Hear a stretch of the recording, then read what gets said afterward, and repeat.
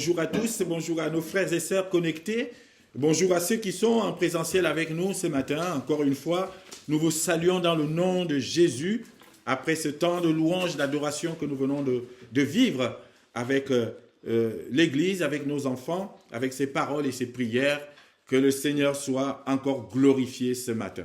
Alors nous allons lire la parole de Dieu ce matin dans l'évangile de Matthieu, Matthieu chapitre 20, et nous lirons du verset 1 au verset 19. Matthieu chapitre 20, verset 1 à 19. Le Seigneur Jésus-Christ a cette manière souvent de nous parler, une manière particulière, et c'est ce qu'il faisait souvent aussi avec ses disciples, à travers le passage de ce matin. C'est une parabole. Et Jésus avait l'habitude de parler en parabole parce que c'était aussi la manière de parler de cette époque-là. On parlait beaucoup en parabole. Et il faut comprendre que les paraboles, c'était comme une vérité jetée là et que nous sommes appelés à connaître, à découvrir. Et parfois, dans certaines paraboles, Jésus donnait tout de suite la signification ou l'explication ou la leçon qu'il voulait qu'on tire de cette parabole. Et dans certaines paraboles aussi, il ne nous donnait pas forcément la leçon ou la morale à tirer ou l'idée principale.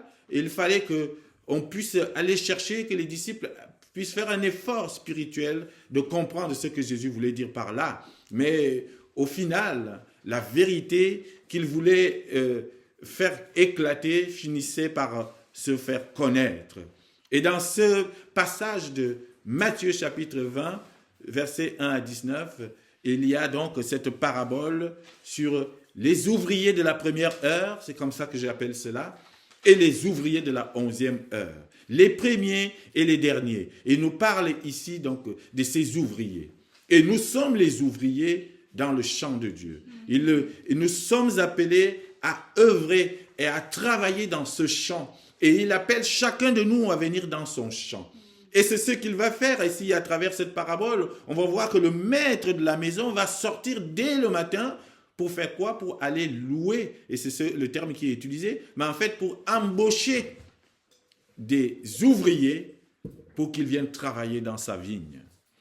Et il va faire une série de recrutements, en fait. C'est une sorte de DRH qui va embaucher. Et il va faire des vagues de recrutement, des vagues d'embauche. Il va prendre des gens le matin qui vont commencer à travailler et à partir de là, il va définir le contrat, une convention. Il va tisser une alliance avec ces ouvriers-là en disant « vous aurez un denier par jour ». Et ça, c'est la base salariale sur laquelle ce contrat est défini. Et après cette première vague de recrutement du matin, il va venir encore dans la journée pour recruter encore, pour prendre encore des gens, pour rajouter dans son champ. Et ainsi de suite, jusqu'à la dernière heure, qu'on appelle ici la 11e heure, jusqu'au dernier moment de la journée, on va voir que le maître de la maison, le maître de la vigne, viendra embaucher et embaucher encore pour rajouter les ouvriers dans son champ. Jésus-Christ, à un moment donné, dira « La moisson est grande, mais il y a peu d'ouvriers. Priez donc le maître de la moisson d'envoyer les ouvriers dans sa moisson. » Et c'est ça. Et nous prions aussi encore aujourd'hui pour que le maître de la moisson envoie des ouvriers dans son champ, qu'il appelle les gens dans son champ pour qu'on vienne travailler. Nous avons une mission. Travailler dans le champ de Dieu. Et le champ de Dieu, c'est cette terre. Le champ de Dieu, c'est le monde. Le champ de Dieu, c'est ce que nous vivons tous les jours. Et nous sommes appelés à travailler dans ce champ. Et Jésus, lorsqu'il lit, il donne cette parabole. Et on verra cela par la suite. Et c'est ça qui nous rapproche aussi encore de la Pâque. Il est en train de monter à Jérusalem. Il raconte cette parabole alors qu'il est en train de monter avec ses disciples en Jérusalem. Mais sauf que cette montée à Jérusalem, c'est une montée spéciale. Il va commencer à dire et à raconter à ses disciples ce qui va lui arriver à Jérusalem cette fois-ci. Il avait l'habitude d'aller à Jérusalem. Il avait l'habitude de monter à Jérusalem. Mais cette montée est une montée spéciale. À tel point qu'il a besoin d'expliquer cette fois-ci d'une manière claire à ses disciples au verset 17 et 19 ce qui va lui arriver à Jérusalem. Et ce qui va lui arriver à Jérusalem lors de cette montée est quelque chose de spécial et de fondamental. C'est ce qui va nous conduire à ce que nous sommes aujourd'hui. Il va lui arriver des choses terribles. Mais ces choses, il va les subir pour nous aujourd'hui. Voilà ce qui annonce la Pâque. Voilà ce qui annonce ce moment particulier que les chrétiens vivent dans le monde et que nous avons commencé à vivre à travers ce moment du carême qui nous rappelle tout simplement quoi? Le carême, ce n'est pas écrit dans la Bible que vous ferez le carême de tel jour à tel jour, non. En fait, le carême, c'est tout simplement notre identification à ce que Jésus a subi dans le désert, cette tentation qu'il a connue dans le désert. Pendant 40 jours, il a été malmené, bousculé par l'adversaire. Il a mis 40 jours et 40 nuits, il n'a pas mangé. Et à partir de là, les chrétiens s'identifient à ce moment-là. C'est des moments difficiles et durs par lesquels le Seigneur passe. Et nous nous identifions à cela en attendant de passer ce moment de Pâques avec notre Seigneur Jésus-Christ. Alors oui, nous sommes des ouvriers. Mais le Seigneur ici, et à travers cette parabole, on va se rendre compte que le maître de la moisson va appeler des gens par vagues. Il y aura les premiers appelés, les appelés du matin. Et il y aura les derniers appelés, les derniers ouvriers. Je les appelle les ouvriers de la dernière heure. Ceux qui viennent à la 11e heure, à la toute fin de journée. Lorsque la journée va bientôt finir, il vient encore prendre une vague, il dit, mais qu'est-ce que vous faites? Et ces ouvriers qui sont là en train de tourner en rond dans la rue disent, mais personne ne nous a loués, personne ne nous a recrutés, personne ne nous a embauchés pour aller dans le champ. Il dit, mais je vous prends, venez dans mon champ aussi. Et ils vont accepter, ils vont venir. Mais ils sont les ouvriers de la dernière heure. Mais ce qui nous importe ce matin, c'est le comportement des premiers. Les premiers appelés. L'attitude du premier par rapport aux autres.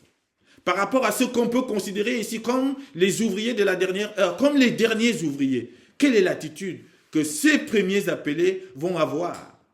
Et on va voir que cette attitude va se révéler à un moment particulier.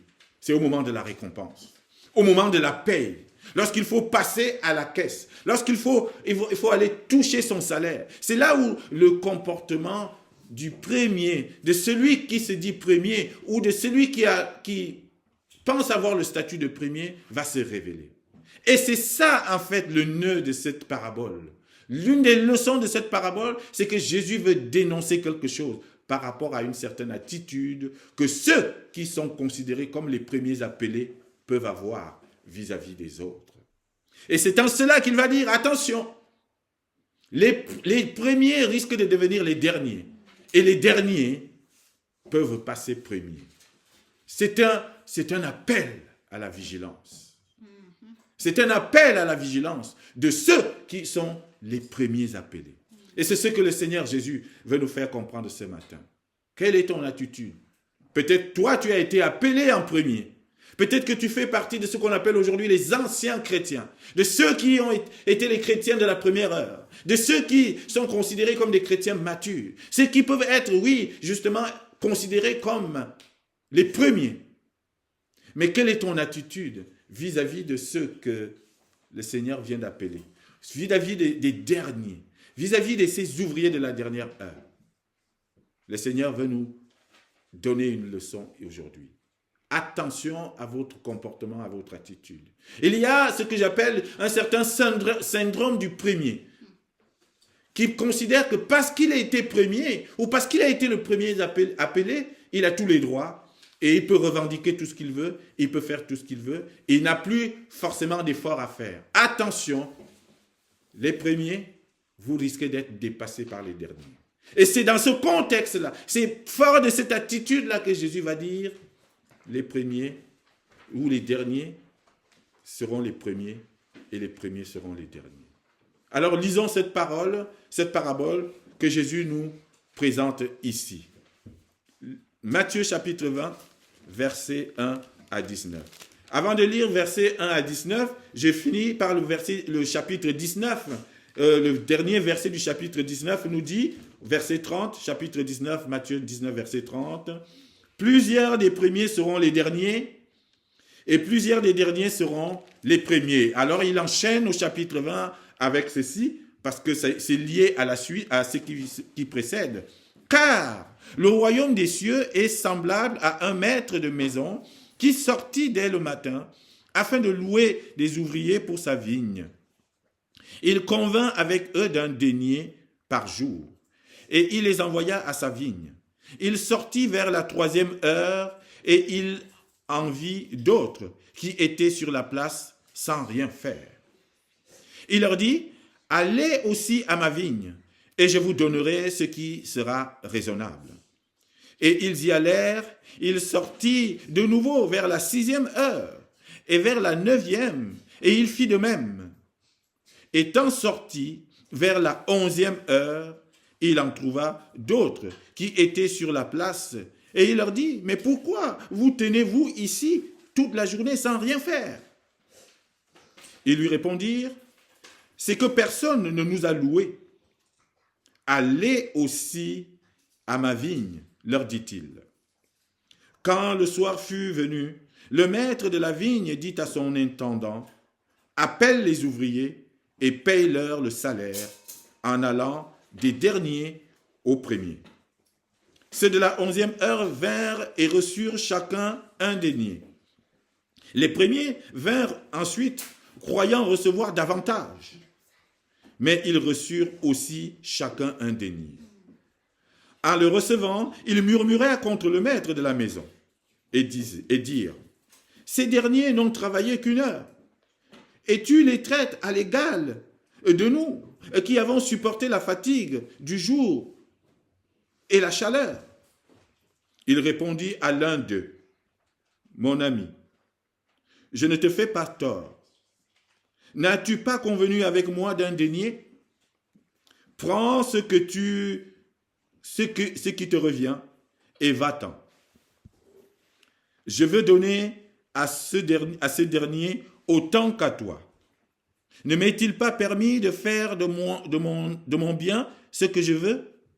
Ou vois-tu d'un mauvais œil que je sois bon? Ainsi, les derniers seront les premiers et les premiers seront les derniers. Pendant que Jésus montait à Jérusalem, il prit à part les 12 disciples et il leur dit en chemin, voici, nous montons à Jérusalem. Et le Fils de l'homme sera livré aux principaux sacrificateurs et aux scribes.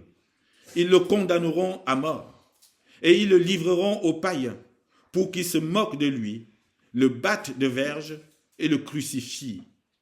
Et le 3e jour, il ressuscitera. Amen. Voilà la parole de ce matin. Nous partons d'une parabole et nous arrivons à une annonce cruciale, à une annonce importante que Jésus est en train de faire ici à ses disciples. Oui, je monte à Jérusalem et cette montée sera différente parce que le Fils de l'homme sera livré aux principaux sacrificateurs. Ils le condamneront, ils se moqueront de lui, il sera crucifié, mais le 3e jour, il sera ressuscité. Jésus vient de raconter en fait la passion qu'il va subir quelques jours ou quelques semaines après ici. Mais avant cette annonce, il leur parle de cette parabole des ouvriers. Parce que Jésus sait quoi? Il sait que cette montée à Jérusalem, ce sera la dernière pour lui. Il va partir. Après la résurrection, il remontera vers son Père. Et donc, il veut déjà préparer ses disciples à œuvrer, à continuer l'œuvre. Et c'est pour cela, cette parabole des ouvriers. Elle n'est pas là pour rien. Elle est là pour préparer les ouvriers de demain, les ouvriers de Jésus-Christ, de ceux qui vont prendre le relais pour continuer à travailler dans le champ qu'il a commencé à semer, à labourer. C'est pour cela qu'il parle de cette parabole ici. Il va donc dire un certain nombre de choses. Mais le but de cette parabole, c'est d'abord, dans un premier temps, de dénoncer une certaine attitude. Au-delà de tout ce qu'on peut dire, Jésus veut dénoncer un certain nombre de choses avant de nous dire ce qu'il faut comprendre à travers cette parabole. Voici donc le maître de la maison qui commence à embaucher et à recruter pour travailler dans son champ. Il a besoin d'ouvriers dans sa vigne. Et il convient avec eux d'un montant, d'un taux horaire, d'une base salariale. Ça sera un denier par jour passé dans le champ. Voilà le salaire. Et c'est le contrat, il est signé comme ça. Et nous sommes en accord, les ouvriers avec le maître. Et on part là-dessus et le travail commence. Voilà qu'à un moment donné, le maître de la maison a besoin d'aller recruter encore une vague. Et on ne sait pas pourquoi il a besoin. Peut-être que le travail est plus grand. Peut-être que ces premiers appelés ne sont peut-être pas à la hauteur ou n'ont pas fait exactement ce qu'il faut, ou il se rend compte que le travail est plus immense. Il a besoin de recruter. Une fois, 2 fois, 3 fois, 4 fois, des vagues de recrutement et d'embauche. Première chose que nous devons remarquer, c'est que ces recrutements, ces vagues d'embauche du maître de la maison, c'est une grâce en fait. Jésus veut le maximum d'ouvriers dans son champ. Dieu veut le maximum de personnes dans son champ. Et il donne cette opportunité à chacun de pouvoir travailler dans son champ. Ben, avec Jésus, avec Dieu, il n'y a pas de chômage. Il n'y a pas d'oisiveté. Personne ne peut s'ennuyer. Personne ne pourra dire « je n'ai rien à faire ». C'est le maître lui-même qui vient dans les quartiers, dans les ronds-points, dans les endroits les plus populaires pour recruter. C'est notre DRH. Il vient embaucher pour dire « le travail est immense. Je veux du monde dans mon champ ». Voilà donc ce qu'il va faire ici. Mais il va appeler les premiers, ceux du matin, ceux qu'il a vus le matin. Mais alors, qu'est-ce qu'on peut comprendre par cela? C'est qu'il a appelé les premiers, ils se sont considérés véritablement comme les premiers. Comme s'ils avaient quelque chose de plus par rapport aux autres. Et c'est cette attitude-là que Jésus va dénoncer d'abord à travers cette parabole. Et ce que Jésus veut dénoncer ici en premier, c'est cet esprit de revendication du premier ouvrier ou du premier appelé. Qu'est-ce qui se passe? Au moment du salaire, les premiers, au lieu de se contenter de leur salaire, qui a été acté dans un contrat, il dit, nous avons convenu d'un denier par jour. Au lieu de se contenter de toucher leur salaire, qu'est-ce qu'ils vont faire? Ils vont s'octroyer le droit de réclamer plus. Pourquoi? Parce qu'ils étaient les premiers. Et c'est ça, justement, que Jésus veut dénoncer. Ils viennent revendiquer quelque chose qu'ils pensent mériter. Ils viennent revendiquer quelque chose qu'ils pensent être leur droit. Et comme s'ils donnaient des leçons au maître de la maison, en fait. Voyez l'attitude de ces premiers. Ils disent, mais pourquoi tu donnes le même salaire à ceux qui sont venus en dernier qu'à nous qui étions là toute la journée? Et lorsqu'on lit ça, on peut se dire, oui, ils ont peut-être raison dans leur demande. Ils étaient là depuis le matin. Ils ont subi la chaleur. Ils ont forcément, certainement, peut-être travaillé plus que les autres. Mais sauf qu'on n'en sait rien. Ça se trouve, c'était des premiers, mais des premiers feignants. Ça se trouve, c'était des premiers, mais qui ne faisaient pas grand-chose. À tel point que le maître s'est senti obligé d'aller recruter d'autres. Donc, l'histoire ne nous dit pas comment ces premiers se sont comportés, comment ils ont travaillé véritablement. Mais en tout cas, le maître reste droit dans ses bottes. Il dit, je vous ai dit un denier par jour, je vous donne un denier par jour. Mais sauf que ceux-ci disent, nous ne voulons plus. Nous voulons plus parce que nous sommes restés plus longtemps dans le champ. Ce n'est pas le temps passé dans le champ qui compte. C'est ce que tu as fait dans le champ qui compte. C'est la qualité de ton travail dans le champ qui compte. Tu peux passer toute une journée dans le champ de Dieu. Mais si tu ne fais rien, ça ne donne rien. Et c'est ce que Jésus veut dire ici à ces premiers. Vous étiez les appelés du matin. Mais qu'avez-vous fait? Vous étiez les appelés du matin. Oui, peut-être que vous avez subi la chaleur. Peut-être même que vous avez travaillé. Supposons qu'ils ont travaillé vraiment comme il faut. Mais la base du contrat, c'était quoi? Un denier par jour. Et le maître de la maison va s'y tenir. Il va payer le salaire qu'il faut à cela. Mais eux, ils estiment, parce qu'ils étaient les premiers, qu'ils méritent plus. Ça, c'est cet esprit de revendication du premier que Jésus dénonce ici. J'étais appelé le premier, mais ça ne te donne pas tous les droits. J'étais appelé le premier, mais parce que c'est toi qui étais là le matin. Mais ça aurait pu être quelqu'un d'autre. Et donc, le fait d'être appelé le premier ne nous donne pas un statut particulier. Et c'est ça qui fait souvent notre erreur. Et c'est là où les hommes se trompent souvent. Ils pensent parce qu'ils étaient les premiers appelés, ils méritent plus que les autres. Jésus veut dire ici, tu n'as rien à me demander parce que j'ai respecté le contrat. C'était un denier par jour et je te donne un denier par jour. Regarde à ton salaire à toi. Regarde ta fiche de paye à toi. Ne regarde pas, ne lorgne pas sur la fiche de paye de l'autre. Je suis le maître et je fais ce que je veux. Première dénonciation. Deuxième chose qu'il veut dénoncer, Jésus, c'était le maître, à travers cela, c'est que il veut dire que l'esprit de méritocratie, du mérite.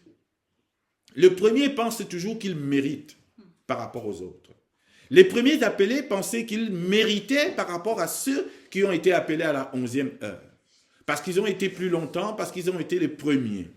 Et ça, Jésus va encore dénoncer cette attitude à travers cette parabole. C'est profond, parce qu'ils pensent qu'ils méritent quelque chose de plus que les autres. Le premier appelé n'est pas toujours le plus méritant. Si tu as été appelé en premier, c'est parce que Dieu l'a choisi ainsi. Et Dieu n'appelle pas toujours les plus méritants en premier. Si vous regardez un peu l'histoire de la Bible, vous avez un certain nombre de faits qui nous font dire que ce n'est pas toujours celui qui mérite, ce n'est pas toujours le meilleur, ce n'est pas toujours le plus qualifié que Jésus appelle en premier. Non. Et c'est pour ça que, et il le fait exprès justement pour éviter cet état d'esprit des premiers ouvriers ici, qui pensaient que parce qu'ils ont été appelés en premier, ils avaient plus de droits que les autres. Jésus, il a appelé qui? Les disciples de Jésus, ce n'étaient pas les intellectuels de Jérusalem. Les disciples de Jésus, ce n'étaient pas des scribes et des pharisiens. Les disciples de Jésus, ce n'étaient pas les Nicodèmes, les savants de la société israélite de ce moment-là. Non, les disciples de Jésus, c'était des gens simples. C'était des gens qui vivaient au bord du lac de Galilée et qui vivaient de la pêche. Ce n'étaient pas des intellectuels. Mais c'était les premiers appelés. Jésus veut nous dire à travers cela que quand j'appelle quelqu'un, je ne cherche pas d'abord au mérite. Je ne cherche pas d'abord à voir s'il a des qualités. J'appelle et c'est moi qui qualifie. J'appelle et c'est moi qui donne la grâce. Alors ne venez pas vous plaindre et ne venez pas réclamer quelque chose que vous ne méritez pas. C'est ça la deuxième leçon ici. Tu as été appelé en premier, rends gloire à Dieu. Mais continue de travailler. Continue de faire ta tâche, humblement, mais ne réclame pas plus. Remercie le Seigneur de t'avoir appelé. C'est un privilège déjà, c'est une grâce que tu aies été appelé. Mais ne cherche pas un statut de premier, parce que tu ne l'as pas. Et c'est ça que Jésus veut nous dire ici. Lorsque Jésus appelle Moïse, Moïse, ce n'est pas le plus éloquent de la troupe. Moïse ne sait pas parler. Moïse, il est bègue. Il bégaye, il est là, il ne sait pas trouver ses mots. Mais c'est lui qu'on envoie chez Pharaon. Alors que Aaron était là. Aaron parlait mieux. Dieu aurait pu choisir Aaron, mais il a choisi Moïse. Encore une fois, ce n'est pas le plus méritant que Dieu appelle en premier. Alors le premier n'a pas un statut particulier. C'est ce que nous devons comprendre ce matin aussi. Dieu t'a appelé. Peut-être avant ton frère, peut-être avant ta sœur, peut-être même avant le pasteur. Tu es chrétien avant. Mais continue de travailler. Continue d'être zélé. Et ne tombe pas dans l'attitude du premier. Parce que le premier a souvent cette attitude de dire « j'étais le premier, alors donc j'ai tous les droits, je n'ai plus d'efforts à faire ».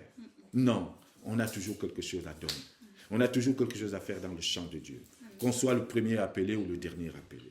Ne tombez pas dans ce piège. C'est un appel à la vigilance ici, surtout à ceux qui se considèrent comme les premiers chrétiens, comme les chrétiens les plus matures, comme les chrétiens qui ont déjà tout vu. Non, continuez d'avancer. Continuez d'avancer. Quand Dieu appelle Gédéon, Gédéon n'a pas de force. Gédéon, c'est le dernier de la plus petite des tribus. Et c'est lui que Dieu appelle. Il dit, c'est toi qui vas aller combattre. Il dit, mais moi je suis le plus petit de la plus petite tribu, comment tu veux m'amener cela? Il dit, mais c'est toi qui vas. Va avec la force que tu as. Mais oui, Dieu appelle. Il t'appelle en premier, mais pas parce que tu mérites c'est par grâce. Et c'est lui qui te donne la force. Amen. Amen. Amen. Et c'est le Seigneur nous apprend encore à travers cette parabole. Amen. La troisième chose ici, c'est quoi alors? S'il n'y a pas de mérite, s'il n'y a pas de classe, s'il n'y a pas de premier ou de deuxième ou de troisième ici, cela veut dire quoi? Cela veut dire que nous sommes tous les ouvriers de la grâce. Nous sommes tous appelés avec la même grâce en fait. Dieu ne fait pas de classement ici. Dieu a appelé Israël en premier. C'était la nation élue. Et c'est la nation choisie par Dieu. La plus petite des nations. C'est elle qui a été choisie en premier. Mais, vous savez, l'attitude d'Israël a commencé à changer. Ils se sont dit, nous sommes le peuple élu. Nous sommes plus beaux que tout le monde. Nous sommes plus grands que tout le monde.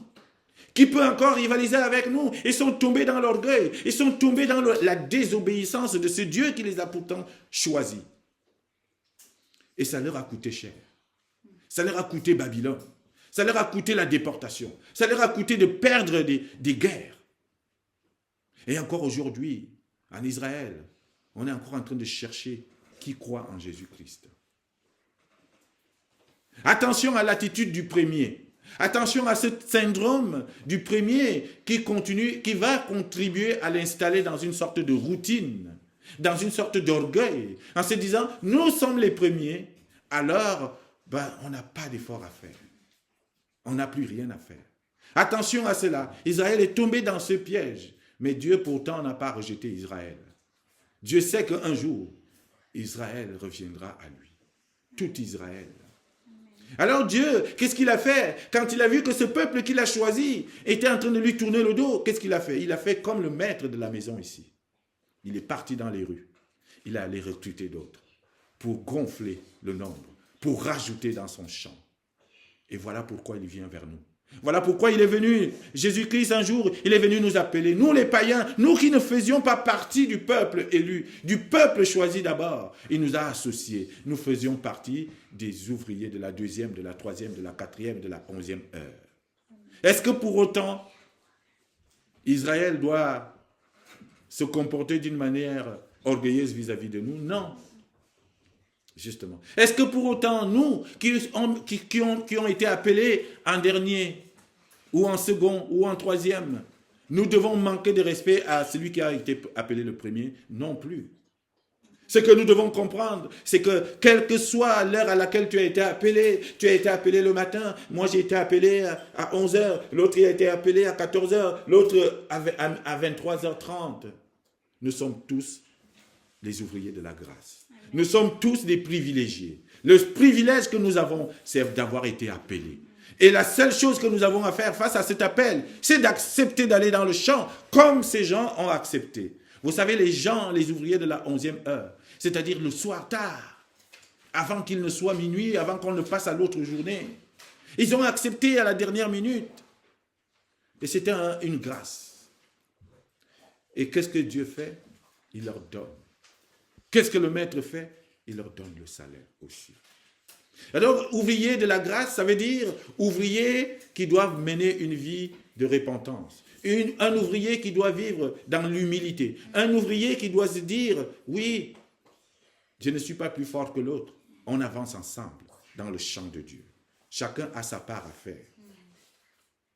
C'est cela que Jésus veut nous faire comprendre à travers cette parabole qu'il raconte ici. Faisons preuve d'humilité en tant qu'ouvriers, sachant que nous ne sommes que des ouvriers de la grâce. Nous ne méritons rien. Il ne nous a pas appelés parce que nous étions qualifiés. Il ne m'a pas appelé parce que j'étais plus fort que les autres ou parce que je comprends mieux la Bible que qui que ce soit. Non. Jésus m'a appelé par grâce. Il dit, viens mon fils, viens travailler dans mon champ. Et c'est un privilège. Voici ta place. Alors, laboure. Travaille. Et ne critique pas l'autre. Et ne pense pas être plus fort que l'autre. Aussi pasteur que tu peux être.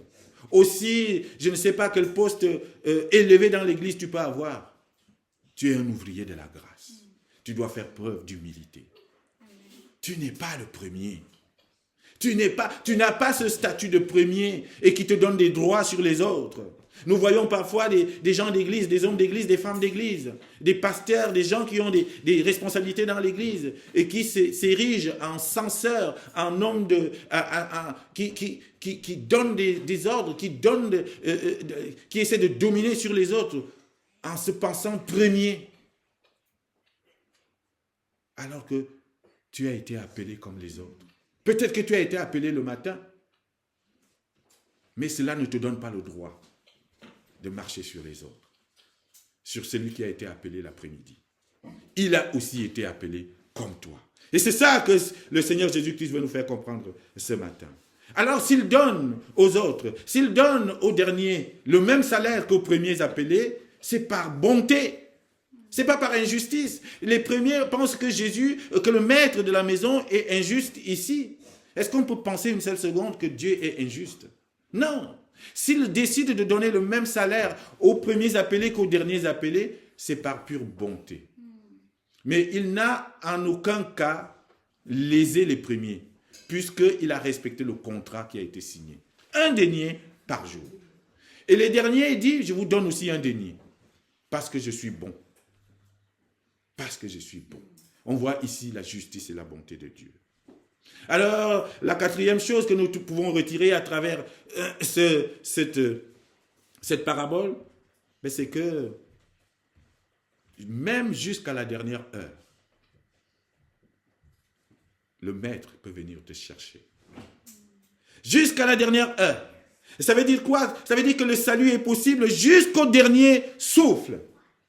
Avant de partir, si tu acceptes Jésus-Christ, si tu acceptes l'invitation d'aller dans le champ, si tu acceptes le maître de la maison, tu seras sauvé.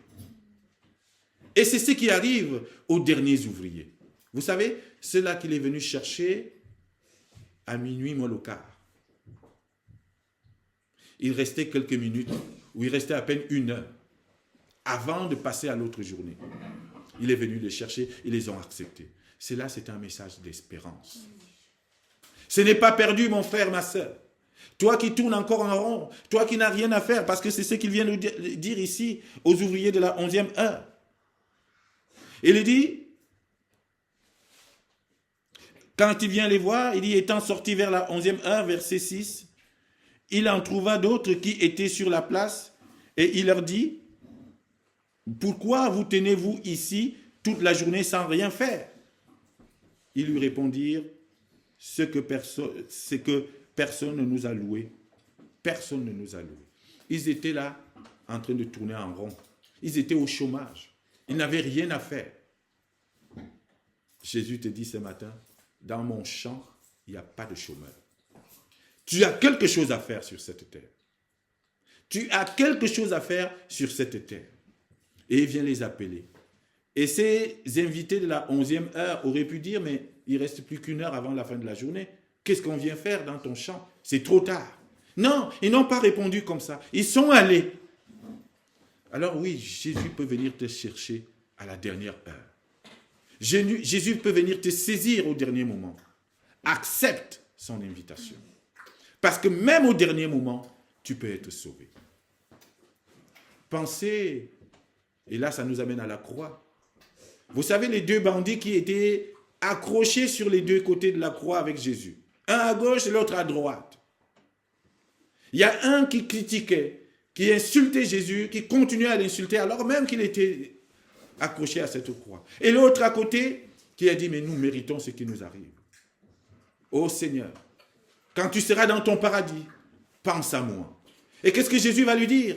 Aujourd'hui même, pas demain, pas après-demain, aujourd'hui même, tu seras avec moi dans le paradis. Il a été appelé à la dernière heure. Avant qu'il ne meure, cet homme, ce bandit pourtant, a été sauvé.